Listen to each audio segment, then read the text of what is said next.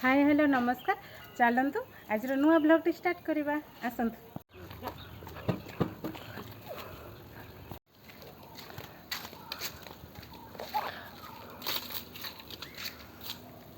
और केते सारा नड़ा आसी जाइए पूरा वर्षा दिन गाई मैंने पूरा आराम से खाइबे।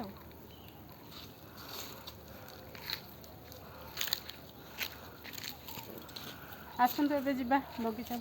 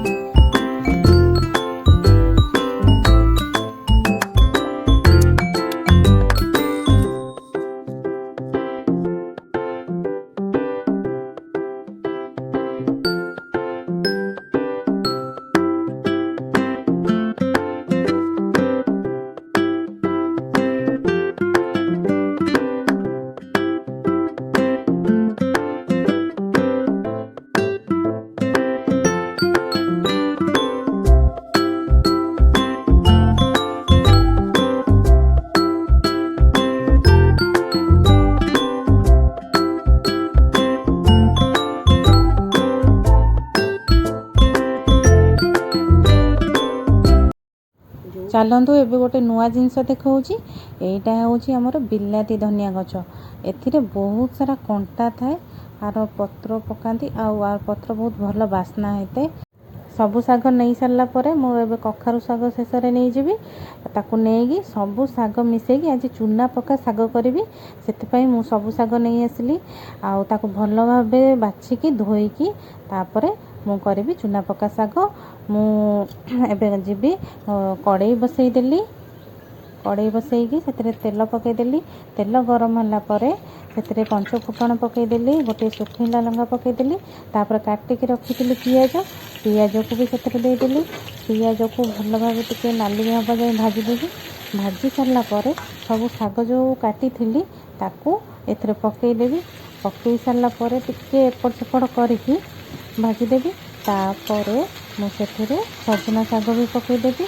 मुझे नहीं जाइए आलू शाग मूला शाग सजना शाग आउ कखारु शाग सब पकईकी मुझे चूना पकईकी करी शाग। ए सजना शाग भी पकईदेली।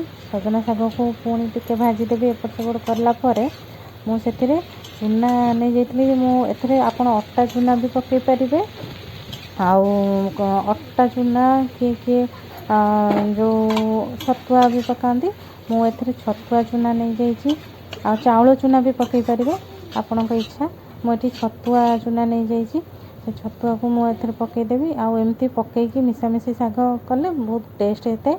आउ ये टिके शाग आलू शाग कखारु शाग सीझापी मुझे टे पानी देदेली। आउ जेहेतु छतुआटा पड़ी से टिके सीझीगले शागटा बहुत बढ़िया लगे। आउ टिके कादुआ कादुआ रहिबो आउ सेतिबे चूना पका शाग खाइबा को भारी भल लगे।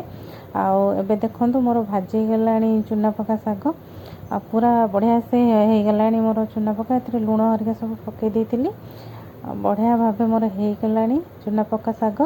एबे मोर प्रस्तुत हो गला चूना पका मिसामिशी शाग।